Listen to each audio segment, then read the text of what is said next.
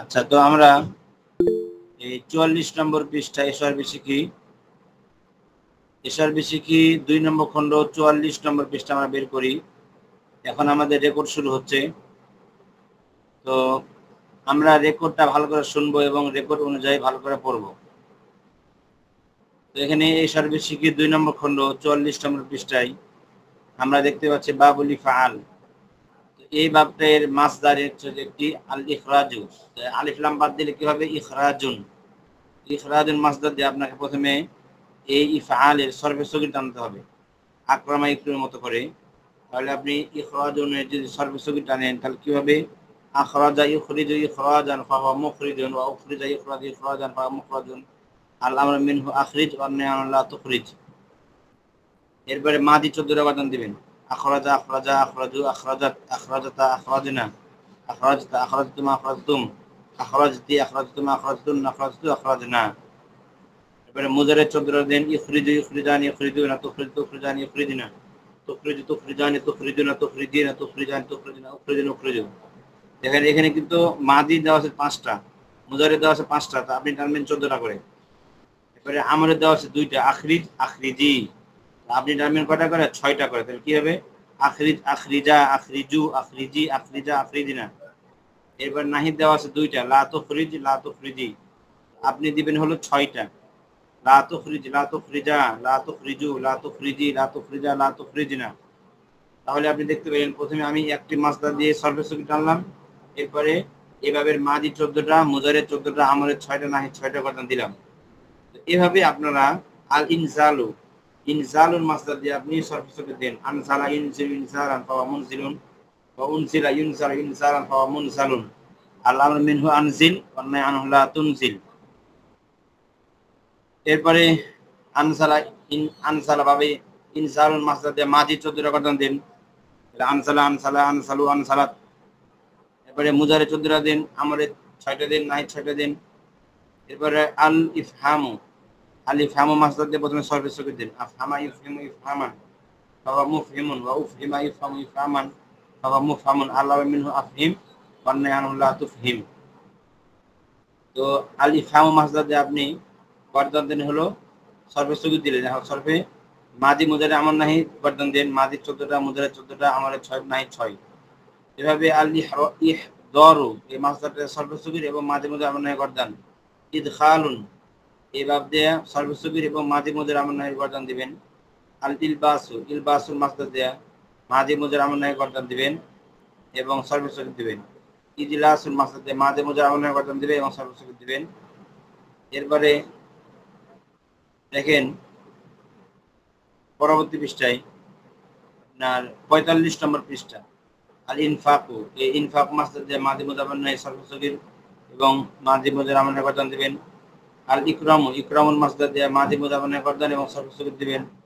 আল ইরসালুল মাসদার দিয়ে মাদি মুজারে আমর নাহিদ এবং সরফে সগীর। ইতআমুল মাসদার দিয়ে মাদি মুজারে আমর নাহিদ এবং সরফে সগীর বর্তমান দিবেন। এখন আসেন আবার 44 নম্বর পৃষ্ঠায় নিচের দিকে দেখেন, নিচের বাক্যগুলোর অর্থ বলো। দেখেন এখানে লেখা আছে 1, ডান পাশে 1, বাম পাশে 2। তো এখানে 1, 2 দ্বারা কি বোঝানো হচ্ছে এই জিনিসটা আমরা খুব ভালো করে শিখি, মনোযোগ দিয়ে শিখি, এটা আমাদের সবসময় কাজে লাগবে এই কথাগুলো। তো এখানে আপনি দেখতে পাচ্ছেন খরাদা রাশিদুন মিনাল গুরফাত। তো দেখেন এখানে খরাদা এই শব্দটি বা এই ফাল থেকে ব্যবহার হয় না, এটা হলো নাসরাংশুরু। এগুলোকে বলা হয় সুলাসি মুজাররাদ, অর্থাৎ নাসরাংশুরু দরবাদে দেব সামিয়া আসমাউ।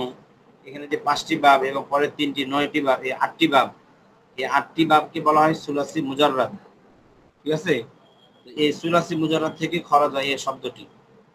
তো এখন এই 1 নম্বরের মধ্যে বলতে চাচ্ছে যে যদি কোন শব্দ যদি সুলাসি মুজাররাদ থেকে আসে, অর্থাৎ বাবে নাসরা বা দরাবা বা সামিয়া বা কারমা, মানে এই প্রথম 8 বাব থেকে কোন বাব থেকে যদি আসে তাহলে ওই শব্দের অর্থ হয় নিজে করা, তাহলে খরাদা অর্থ হবে নিজে বের হওয়া। আর যখন ওই শব্দটা আবার বাবে ইফআল থেকে আসবে, ইফআলটা হলো সুলাসি মাসিদ ফি, তো যখন খরাদা এই শব্দটি সুলাসি মাসিদ ফি অর্থাৎ বাবে ইফআল থেকে ব্যবহার হয় তখন আখরাজা হয়। দেখেন 2 নম্বরে লেখা আছে আখরাজা রাশিদুন, খালিদান।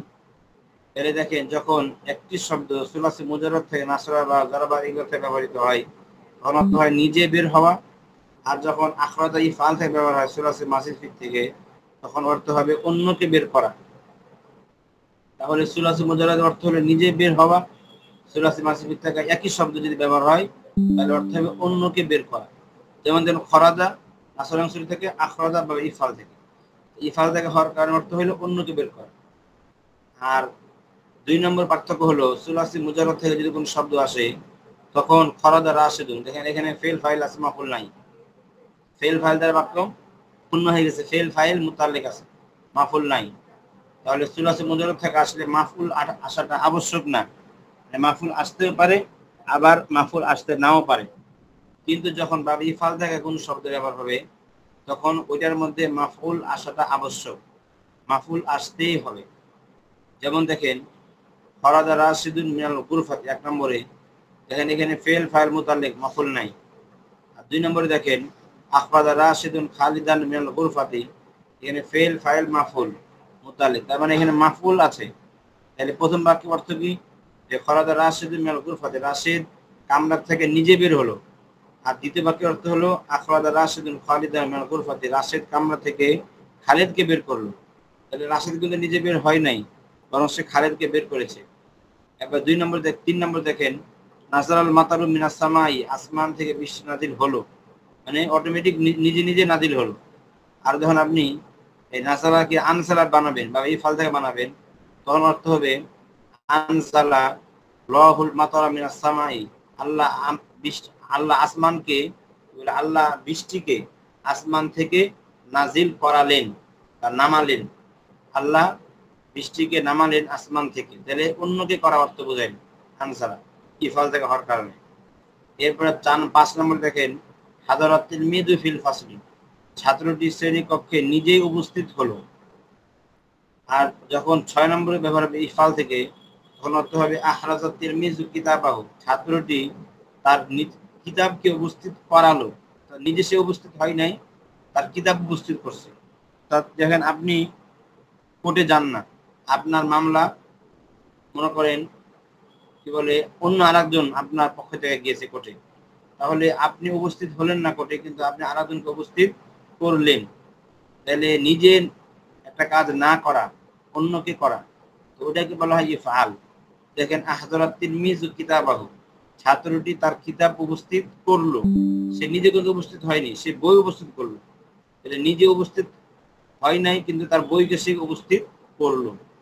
এখানে অন্যকে করা, দেখেন এখানে মাফুল আছে, মাফুলটা কি কিতাবাহু, এটা মাফুল।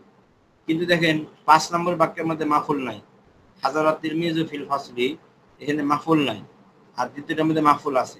তাহলে একটি শব্দ যদি মাফুল না থাকে সুলাসি মুজাররদ, তাহলে সেটা মাফুল আসাটা আবশ্যক হয়ে যায় তবে ইফালের মধ্যে। তবে সুলাসি মুজাররদে মাফুল আসবে না বিষয়টা এমন না, মাফুল আসতে পারে কিন্তু আসাটা আবশ্যক না। তবে ইফাল থেকে হলে মাফুল আসাটা আবশ্যক, মানে মাফুল আসতেই হবে, মাফুল ছাড়া ব্যবহার করা যাবে না। যেমন দেখেন 7 নম্বরে লাবিস